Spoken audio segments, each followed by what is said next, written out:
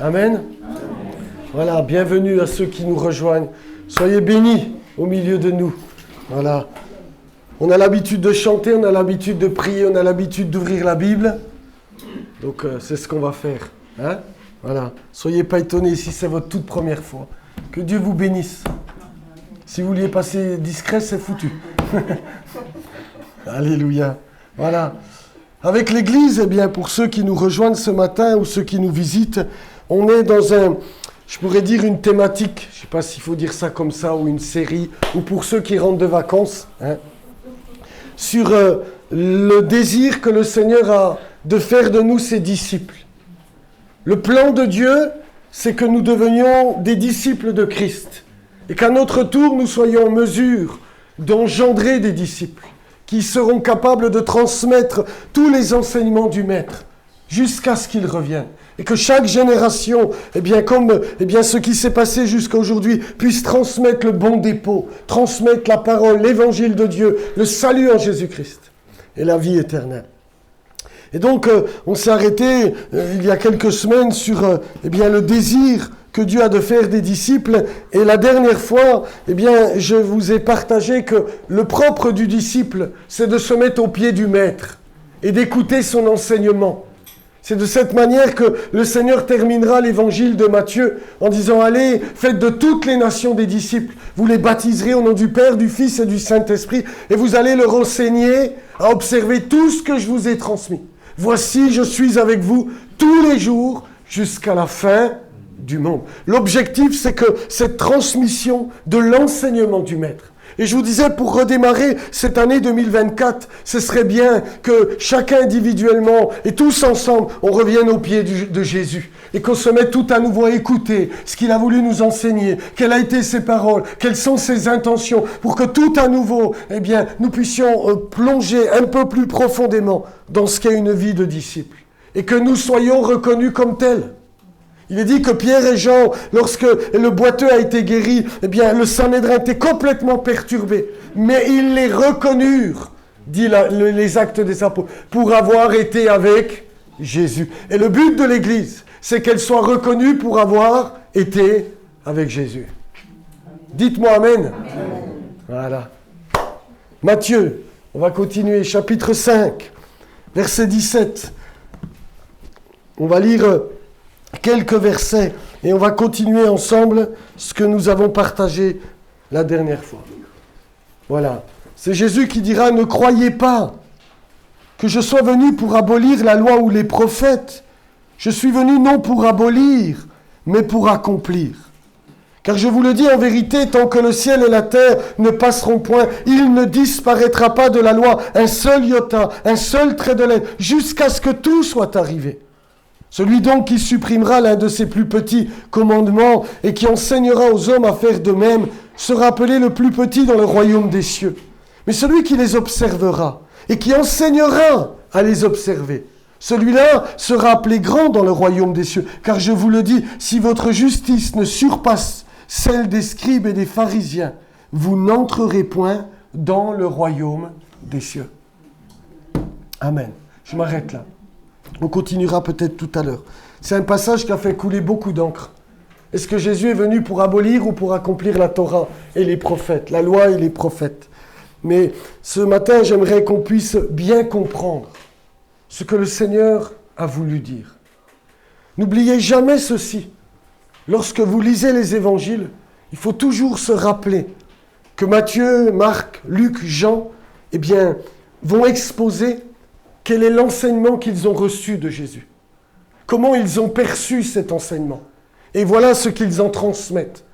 Qu'est-ce qu'ils ont reçu? Qu'est-ce qu'ils ont compris de ce qu'il a voulu leur enseigner? Et quand on lit le Sermon sur la montagne, il ne faut surtout pas perdre ça de vue.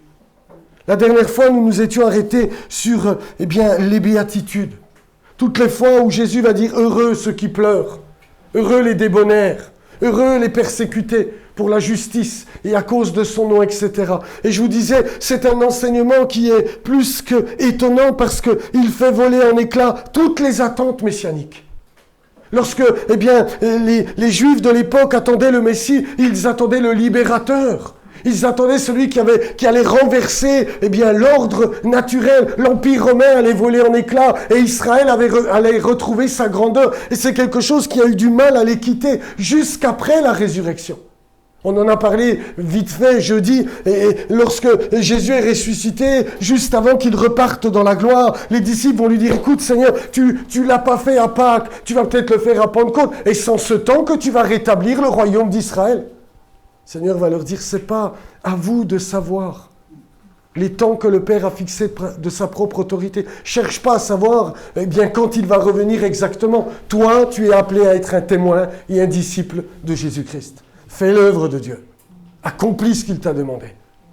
Et donc, les béatitudes par lesquelles ce sermon va commencer, va faire voler en éclats tout ce qu'ils attendaient. Ils pensaient que le royaume de Dieu allait se manifester, que ça y est, le royaume d'Israël allait être restauré, que l'ordre allait être renversé. Et voilà que Jésus s'assoit sur une des montagnes, les disciples s'assoient à ses pieds, et puis heureux les pauvres en esprit, car le royaume des cieux est à eux.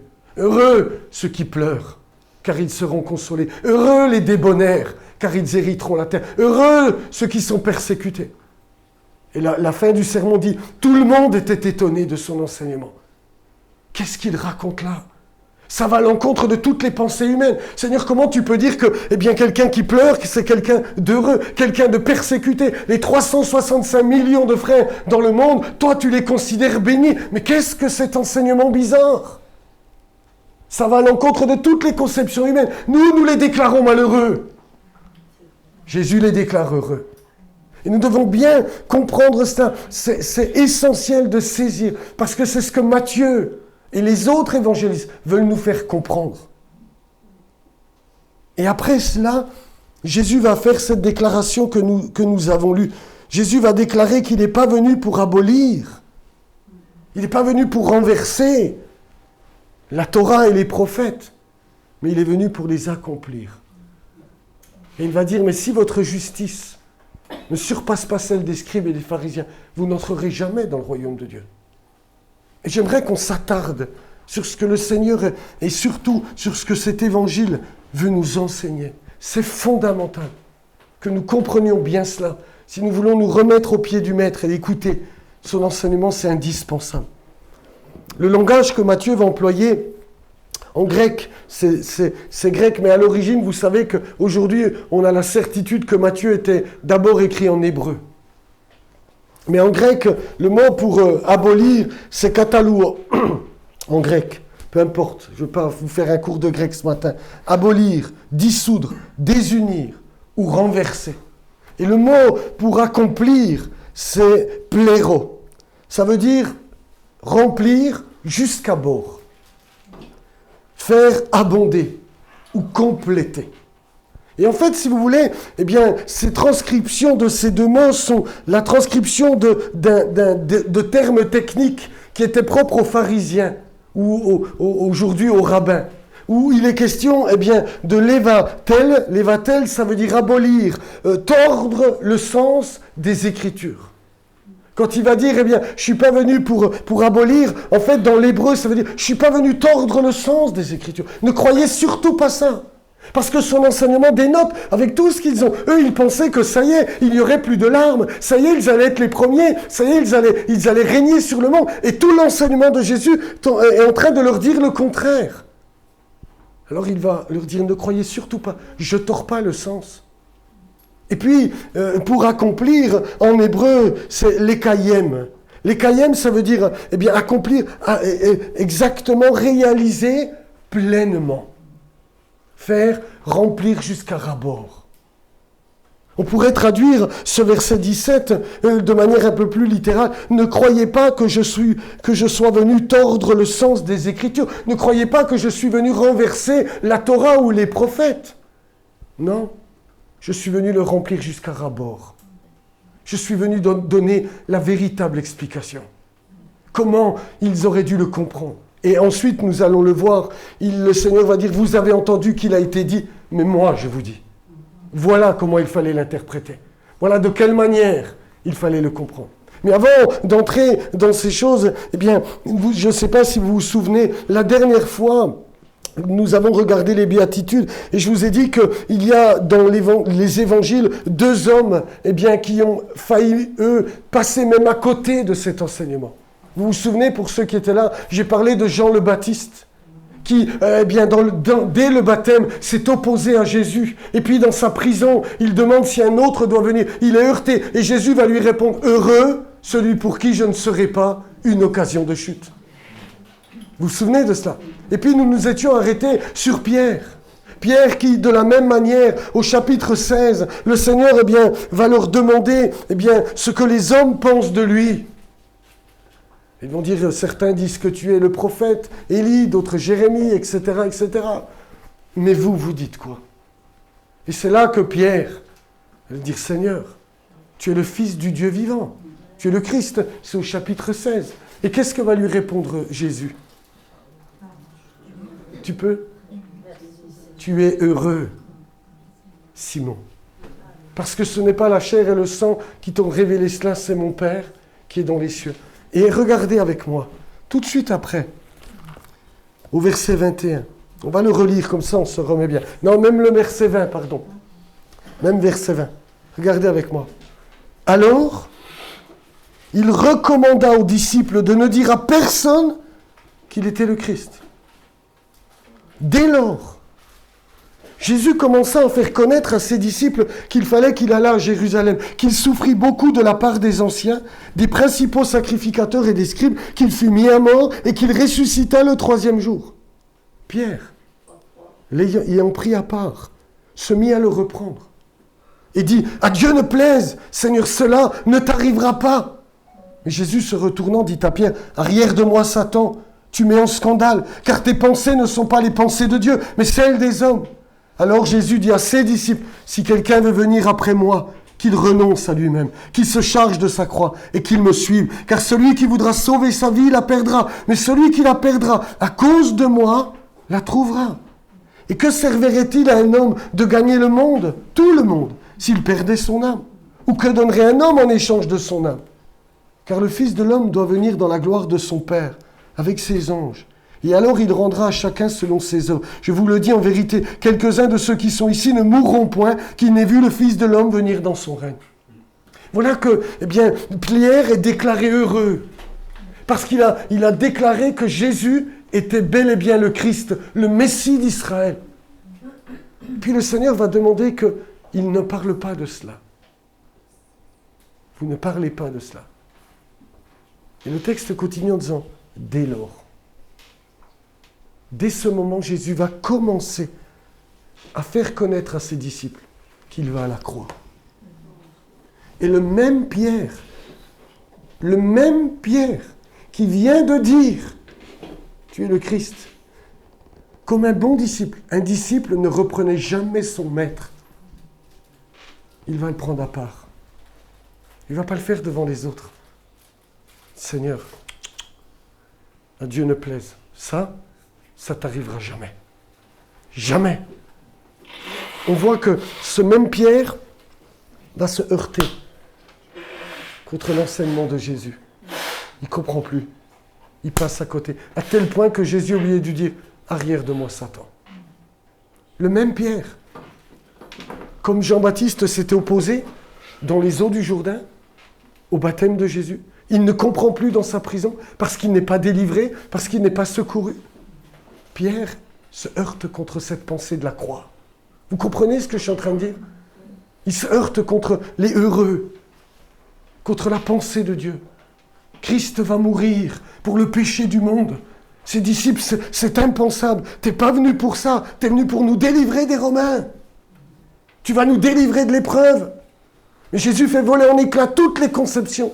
Et en plus, il demande de ne rien dire. Et regardez avec moi la suite. Chapitre 17. 6 jours après, Jésus prit avec lui Pierre, Jacques et Jean, son frère. Et il les conduisit à l'écart sur une haute montagne. Il fut transfiguré devant eux, son visage resplendit comme le soleil, et ses vêtements devinrent blancs comme la lumière. Et voici, Moïse et Élie leur apparurent, s'entretenant avec lui.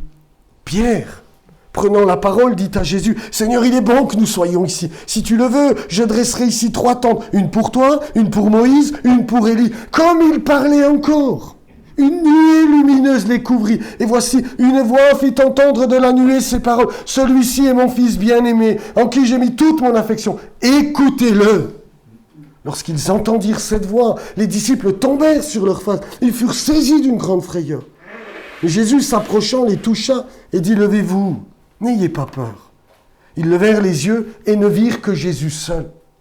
Comme ils descendaient de la montagne, Jésus leur donna cet ordre, « Ne parlez à personne de cette vision jusqu'à ce que le Fils de l'homme soit ressuscité des morts. » Les disciples lui firent cette question, « Pourquoi donc les scribes disent-ils qu'Élie doit venir premièrement ?» Il répondit, « Il est vrai qu'Élie doit venir et rétablir toutes choses, mais je vous dis qu'Élie est déjà venu et qu'ils ne l'ont pas reconnu, qu'ils l'ont traité comme ils ont voulu. De même, le Fils de l'homme souffrira de leur part. » Les disciples comprirent alors qu'il leur parlait de Jean-Baptiste. 6 jours après, il monte sur la montagne. Il prend Pierre, Jean et Jacques. Le Seigneur est complètement transfiguré. À ce moment-là, ils comprennent. C'est lui le Messie. Il n'y a plus de doute possible.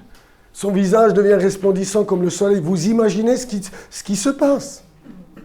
Ses vêtements blancs comme la lumière. Je ne sais pas si on réalise comme le soleil. Tu ne tiens pas devant le soleil. Tu peux avoir les plus belles lunettes de soleil au monde. Hein? Ça ne marche pas. Et puis là, Pierre et les autres vont voir que Moïse et Élie sont là. Et ils s'entretiennent avec Jésus. La loi et les prophètes. Vous êtes d'accord avec moi? Moïse représente la Torah. Élie est le prophète, par excellence. Et Pierre va avoir cette magnifique idée. Seigneur, il est bon qu'on soit là. Je vais faire 3 tentes. T'inquiète pas, je vais vite aller trouver des feuilles de palmier. Je vais te fabriquer 3 tentes. Ça va pas tarder. J'ai mon couteau. Et vous avez vu avec moi au verset 5. Il est dit, comme il parlait encore. Il était en train d'expliquer ça à Jésus. Je vais faire une tente pour toi, une tente pour Moïse, une tente pour Élie. Il n'a pas fini sa phrase que Dieu l'interrompt. La nuée, vient couvrir une nuée, lumineuse. Puis la voix se fait entendre. Cette même voix qui a été entendue au baptême. Celui-ci est mon fils bien-aimé en qui j'ai mis toute mon affection. Mais là, sur la montagne, Dieu rajoute, écoutez-le. Il y a quelque chose que vous devez entendre. Il y a quelque chose qu'il est en train d'essayer de vous faire comprendre, que vous n'entendez pas.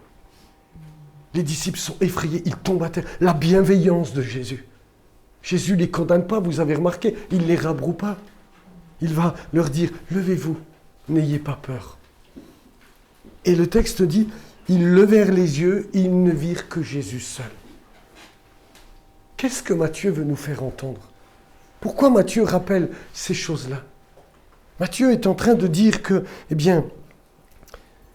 Pierre et Jean et Jacques, certainement, mais là il est surtout question de Pierre, a mis sur un pied d'égalité Moïse, Élie et Jésus. Et la voix qui vient interrompre est en train de dire, tu dois comprendre ce que voulait vraiment dire la loi et les prophètes. Tu dois comprendre ce qu'elle signifiait réellement, quel est le sens profond. Et c'est Jésus seul qui va te le faire entendre. Et c'est Jésus seul qui va te le faire comprendre. Écoutez-le. Écoutez ce qu'il est en train de vous dire. Et pourtant, c'est très étonnant, vous avez remarqué, nous avons lu au chapitre 16, verset 20, il ne recommanda de dire à personne qu'il est le Christ. Et ensuite, lorsqu'ils sont en train de descendre de la montagne, le Seigneur va dire, vous ne parlerez de cette vision à personne jusqu'à ce que je sois ressuscité. C'est quelque chose que les hommes ne pourront pas comprendre. Vous avez compris, je suis le Fils de l'homme, je suis celui qui a créé le ciel et la terre, je suis celui qui est le Créateur qui vous a visité. Mais ce qui va être un choc pour les hommes, s'ils saisissent ça, ce sera la croix. Et jusqu'à ce que je ressuscite, à la résurrection, tout sera compris. À la résurrection, tout s'expliquera. Mais jusqu'à là, il va falloir le garder parce que ce sera un objet de scandale pour le plus grand nombre en Israël. Ce Dieu qui vient pour mourir, ce Dieu qui vient pour prendre le péché de l'humanité, qui va être un sacrifice vivant, c'est impensable aux yeux des hommes. Ça scandalise les religieux. C'est une folie pour la sagesse du monde, une folie profonde. Alors dites rien, parce qu'ils ne sont pas en mesure de comprendre. Et vous devez écouter. Vous devez écouter que Jésus est celui qui va faire remplir les commandements jusqu'à bord. Il va nous en donner le vrai sens, la vraie interprétation. Écoutez-le, dit Dieu. Alors là, ils savent qu'il y a quelque chose qu'ils ont pleinement compris parce que quand ils descendent de la montagne, le texte continue en disant « Seigneur, pourquoi les scribes ils disent qu'Élie doit venir puisque tu es là ?» On n'a pas vu Élie. Le Seigneur va dire « Mais si ». Élie est venu. Mais ils ne l'ont pas reconnu. Et puis, ils l'ont traité comme ils ont voulu. Comment l'ont-ils traité? Ils ont fait couper la tête. Vous êtes d'accord avec moi? Et le Seigneur ajoute, de même, le Fils de l'homme souffrira de leur part. Le Seigneur est en train de leur faire prendre conscience. Il y a Moïse, il y a Élie, il y a le Christ, et Dieu interrompt. Tu ne peux pas mettre au même niveau d'égalité. Parce que Jésus va te révéler ce qu'est véritablement le message de Moïse et le message d'Élie. Il transcende tout cela. Vous me suivez ou pas? C'est très important de comprendre ça. Parce que c'est de cela dont il est question dans le sermon sur la montagne. Et trop souvent, je pense, à mon sens, c'est mon interprétation, tout le monde n'est pas obligé d'être d'accord avec moi, mais je crois que c'est ce qui nous fait défaut. Nous voulons à tout prix trouver 1000 explications, mais l'explication, elle ne doit pas se faire en dehors de la bonne nouvelle de l'Évangile, du Christ mort et ressuscité. Et quand le Seigneur va dire, mais ne croyez pas, je ne suis pas venu pour abolir, je suis venu pour faire déborder jusqu'à ras-bord. Je suis venu pour en donner le véritable sens. Je ne suis pas venu pour le tordre. Et c'est là que le Seigneur va continuer. Regardez avec moi, je vais lire quelques versets. Je reprends Matthieu au chapitre 5. Vous avez entendu, verset 21, vous avez entendu qu'il a été dit aux anciens, tu ne tueras point. Celui qui tuera mérite d'être puni par les juges. Mais moi, je vous dis, que quiconque se met en colère contre son frère mérite d'être puni par le juge. Que celui qui dira à son frère Raka mérite d'être puni par le Sanhédrin. Et que celui qui lui dira insensé mérite d'être puni par le feu de la géhenne.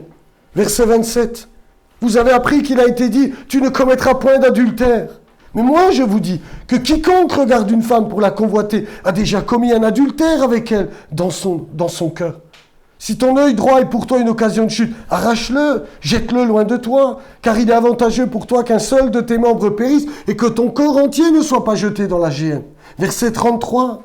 Vous avez appris qu'il a été dit aux anciens, tu ne parjureras point, mais tu t'acquitteras envers le Seigneur de ce que tu as déclaré par serment. Mais moi, je vous dis, de ne jurer aucunement, ni par le ciel, parce que c'est le trône de Dieu, ni par la terre, parce que c'est son marchepied, ni par Jérusalem, parce que c'est la ville du grand roi. Verset 38. Vous avez appris qu'il a été dit œil pour œil et dent pour dent. Mais moi je vous dis de ne pas résister aux méchants. Si quelqu'un te frappe sur la joue droite, présente-lui aussi l'autre. Si quelqu'un veut plaider contre toi et prendre ta tunique, laisse-lui encore prendre ton manteau.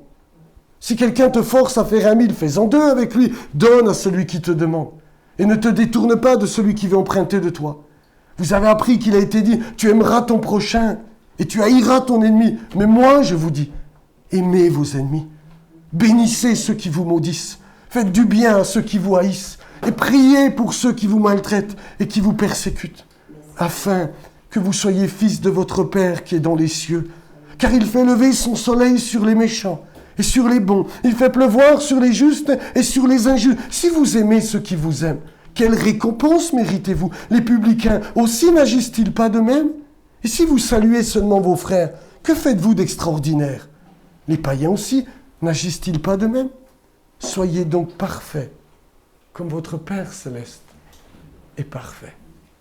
Le Seigneur vient faire déborder le commandement. Il est important de comprendre qu'en fait, il y avait, et c'est toujours d'actualité parmi le peuple hébreu, ce qu'on appelle le Pirkei Avot, c'est-à-dire les maximes des pères. Les maximes des pères commencent comme ceci. Moïse a reçu la Torah au Sinaï.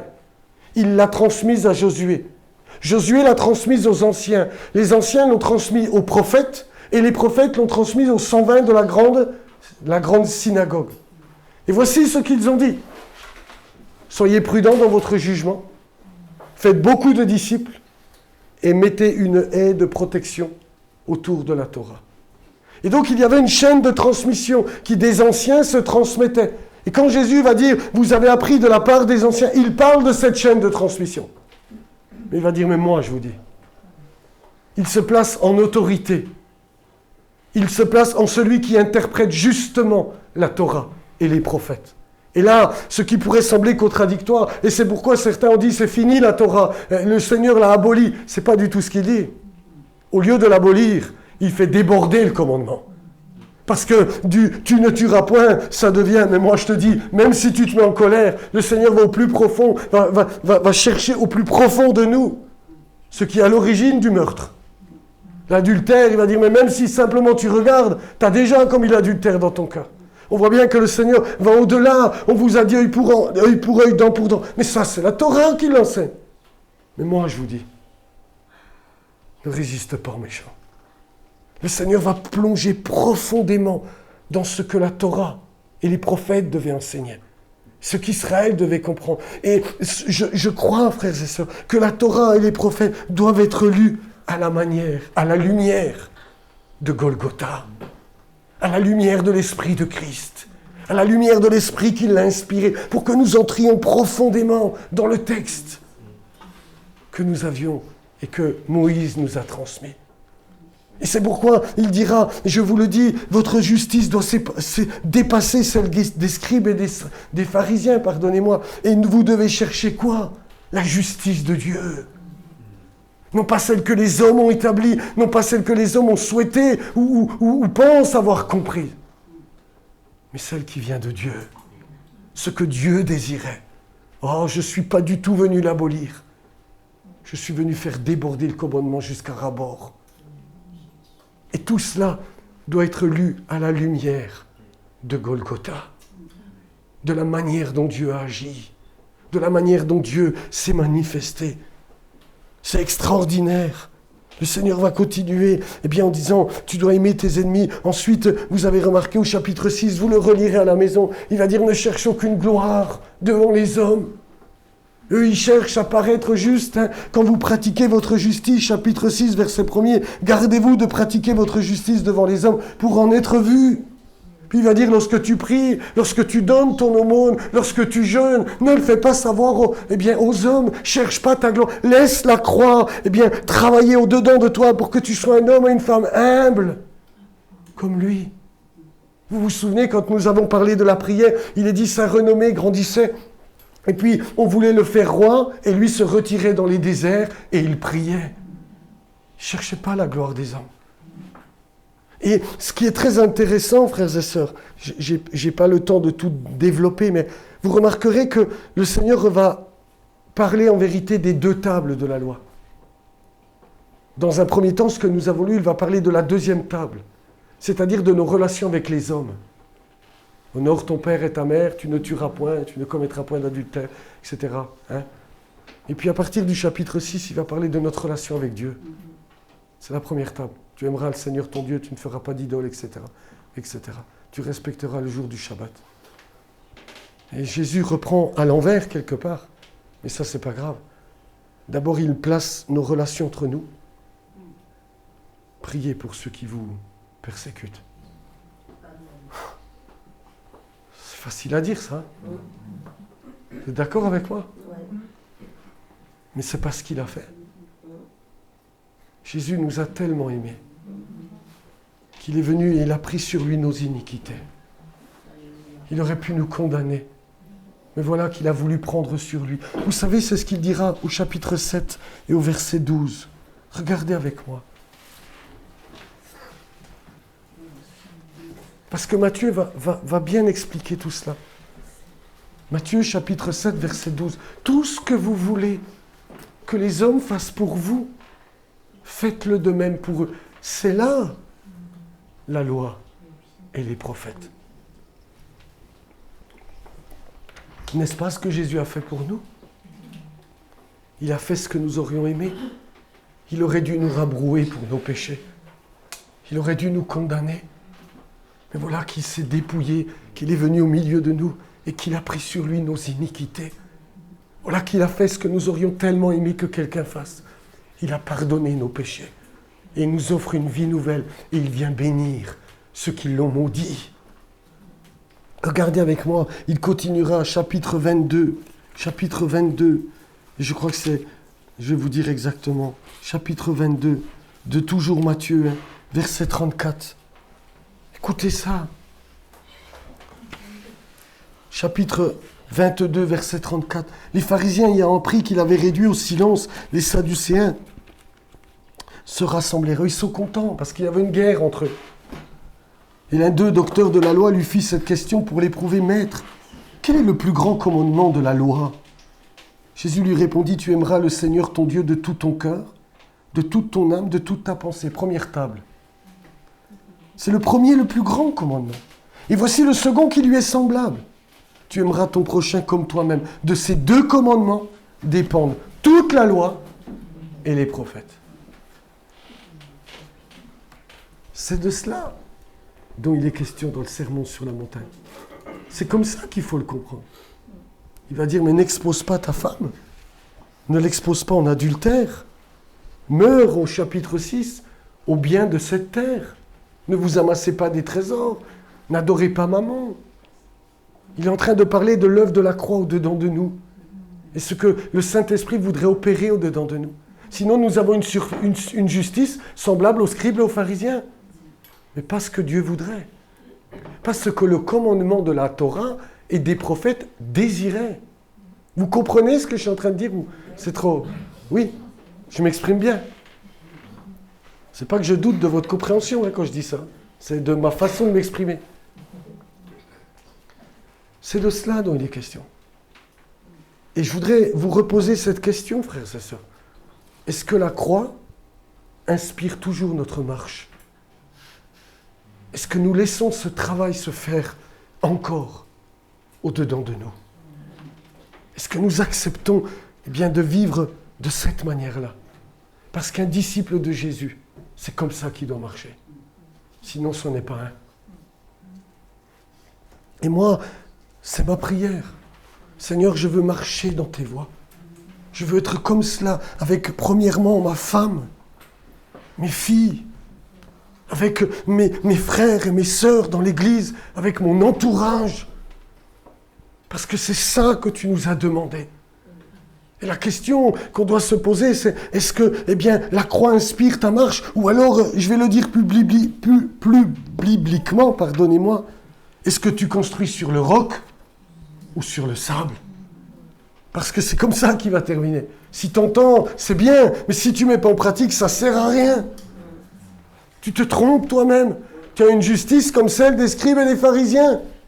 Parce qu'au chapitre 23, il y aura tous le contraire d'heureux, malheur. Ils vont dire, dites, faites ce qu'ils vous disent, mais n'agissez pas comme eux parce qu'ils disent et ils ne font pas. Ils n'acceptent pas ce travail de la croix dans leur cœur. Ce travail de l'esprit qui vient nous rendre délicats avec les âmes, qui vient nous rendre sensibles aux besoins de l'autre, qui nous rend capables d'aimer même ceux qui nous font du mal. Ça, c'est ce que Christ a fait, et c'est sa vie en nous qui veut se manifester. Mais si nous ne comprenons pas sa pensée, nous allons complètement passer à côté de ce que Dieu désirait. Frères et sœurs, vous êtes conscients que c'est ce que Dieu désire. Il veut que nous soyons attentionnés à l'égard de l'un, de l'autre. Que nous soyons non pas résistants aux méchants, mais à donner à ceux qui nous font du tort. Il veut que, quand il va dire, mais n'expose pas ta femme en la répudiant à l'adultère. Pense à elle. Pense à son avenir. Mais c'est tout l'esprit de Golgotha qui se manifeste là. Vous êtes d'accord avec moi? Ne te mets même pas en colère. Ne regarde même pas. Et si ton œil est pour toi une occasion de chute, coupe. Si ta main est pour toi, coupe. Laisse ce travail se faire au-dedans de toi. Mais nous devons bien comprendre que, en fait, ce que le Seigneur désire, c'est nous entraîner dans le chemin de la croix avec lui.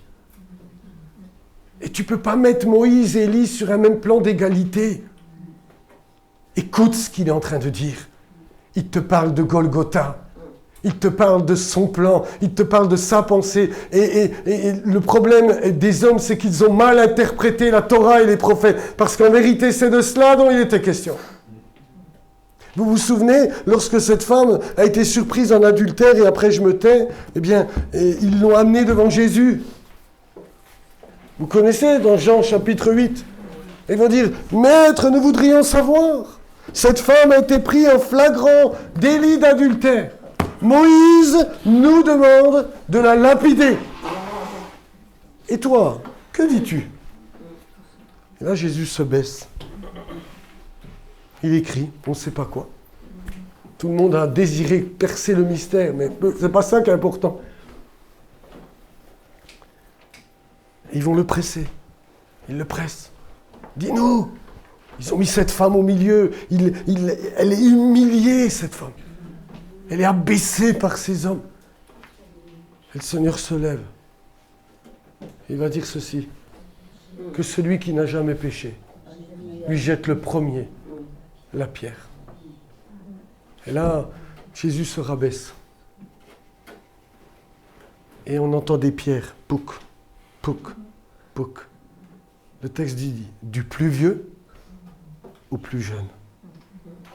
Et Jésus se relève et dit à la femme, où sont ceux qui t'accusaient? Tu l'as mis là? Ah, merci ma sœur. Personne ne t'a-t-il condamné? Continue, s'il te plaît. Elle répondit, non, Seigneur. Et Jésus lui dit, je ne te condamne pas non plus. Va et ne pêche plus. Qu'est-ce qui se passe? En fait, le Seigneur va confondre les pharisiens avec la juste interprétation de la Torah. Parce qu'il y avait bien une règle de lapidation. C'est bien vrai. Premièrement, pour les adultères, c'était les deux. Pas qu'elle. Trop facile de prendre que la femme. Il est où le bonhomme?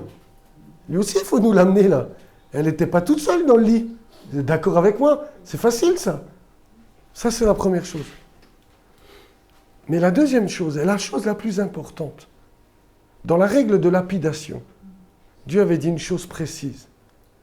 Le témoin sera le premier à jeter la pierre. Pourquoi Dieu dit ça? Vous croyez que Dieu prend plaisir à la lapidation? Il faut être fou pour penser à ça. Vous croyez que Dieu est un Dieu qui prend plaisir à ce que des gens jettent des cailloux sur les autres jusqu'à ce qu'ils meurent? Non. Pourquoi Dieu dit le premier, le témoin sera le premier à jeter la pierre? Parce que premièrement, écoutez bien ça, il faut être sûr et certain que tu aies vu ça. Pour jeter la pierre, le premier, il faut que tu sois sûr que tu l'aies bien vu. C'est sûr, celle. Parce que c'est une sacrée responsabilité. Parce que derrière toi, il y en a des dizaines qui vont jeter des pierres. Et deuxièmement, imaginez-vous si, au milieu de toute cette assemblée, il y en a un qui a commis la même chose, mais lui, il ne s'est jamais fait prendre. Croyez-moi, vous allez être miséricordieux. Non, non, écoutez les frères, ne la lapidons pas. Ça peut arriver à tout le monde. La Torah n'était pas là pour lapider, la Torah était là pour te montrer que tu es un pécheur et qu'il ne faut pas condamner les autres. Vous comprenez? Et c'est pourquoi Jésus va les prendre à leur propre pied. Vous voulez venir sur le terrain de la Torah? Moi, je vais vous en donner la vraie interprétation. Je vais faire déborder jusqu'à rabord que celui qui n'a jamais péché soit le premier à lui jeter la pierre. Il donne le véritable sens de ce que devait être le commandement de Dieu. Mais nous les hommes, nous sommes tellement tordus, nous les hommes, nous sommes tellement pécheurs, nous avons tordu le sens des Écritures. Vous me suivez? Et c'est pourquoi Paul dira, mais la Torah, elle est bonne. Elle est spirituelle. Le problème, c'est nous. C'est nous qui sommes incapables. Parce que nous, on tord tout, parce que nous, on est des pécheurs. Et on interprète cette Torah selon notre regard humain, mais pas avec l'esprit qui devait l'animer. Et lorsque Jésus vient, il en donne le véritable sens, il en donne l'essence même, l'esprit qui devait l'animer. C'est l'esprit de l'agneau de Dieu, de celui qui se sacrifie pour l'eau. C'est l'esprit de Dieu. Vous comprenez? Il y a dans ces commandements, ce qui sort de la bouche de Dieu ne peut pas se départir de ce qu'il est fondamentalement. Dieu est amour. Il n'y a point en lui de ténèbres. Donc si pour nous c'est une interprétation ténébreuse, on se trompe dans notre interprétation. Alors je ne dis pas que Dieu n'est pas juste, qu'il n'y aura pas un jugement sur les méchants en son temps. Ce n'est pas ce que je suis en train de dire, comprenez-moi bien. Mais nous qui sommes ses disciples, nous qui suivons Jésus, nous qui sommes invités à vivre comme lui, on doit bien comprendre ce qu'il dit. On doit bien comprendre. L'église de Porto Vecchio doit être une église qui suit l'empreinte qu'il a laissée sur la terre. C'est-à-dire d'hommes et de femmes qui vont marcher par la croix et qui vont être inspirés par elle. Vous comprenez? C'est tellement important. Et ce sera tout le message des évangélistes. Si on verra, peut-être la semaine prochaine, Dieu le permet, on ira dans Marc. Et puis on regardera le chemin. Le chemin dans lequel Jésus a tenté de les amener. Et combien ils ont eu du mal. Combien ils ont eu du mal à y entrer. Et ma prière, c'est qu'aucun d'entre nous, nous passions à côté. Entrer par la porte étroite et le chemin resserré. Matthieu, car large et spacieux le chemin qui mène à la perdition. Et beaucoup y l'empruntent. Mais peu trouvent. Relisez, je termine avec ça, promis. Relisez, regardez avec moi. Matthieu, chapitre 7 et verset 13.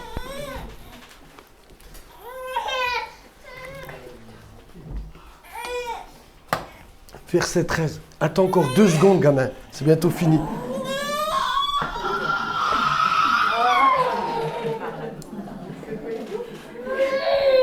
Voilà. C'est extraordinaire. Voilà la nature humaine. Tu lui piques un stabilo, il fait une crise. C'est extraordinaire. C'est ce que nous sommes, c'est vrai. Tu n'as même plus le droit d'être son père. Il veut essayer de te mater. Mais agis avec l'œuvre de la croix, en enseignant tes enfants. Regardez avec moi, Matthieu 7, verset 13. Et je termine, promis. Entrez par la porte étroite, car large est la porte, spacieux est le chemin qui mène à la perdition. Et il y en a beaucoup qui entrent par là. Mais étroite est la porte. Resserrez le chemin qui mène à la vie. Écoutez bien ce qu'il dit. Et il y en a peu qui les trouvent. Il ne dit pas qu'ils marchent. C'est dur de trouver ce chemin-là. C'est dur de le trouver. Parce qu'il est à l'opposé de toute notre nature humaine. Il est à l'opposé de toute notre société. Là où les hommes disent malheureux, Dieu dit bienheureux.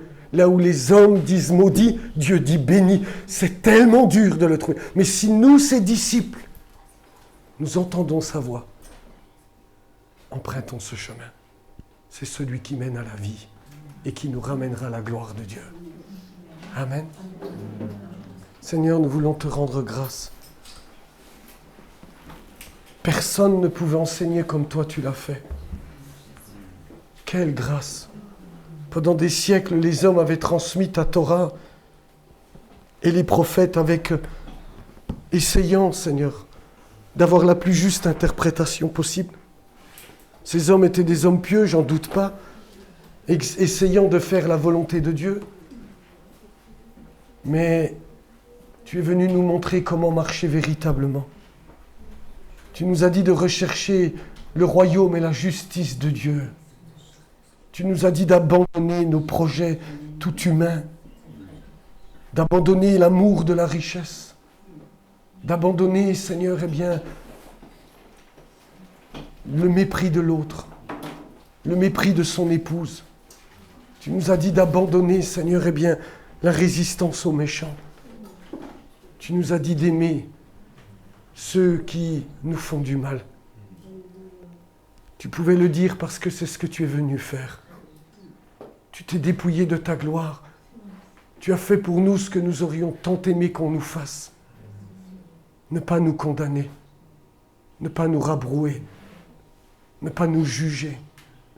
Tu as pris sur toi nos iniquités et tu as payé le prix pour que nous soyons sauvés.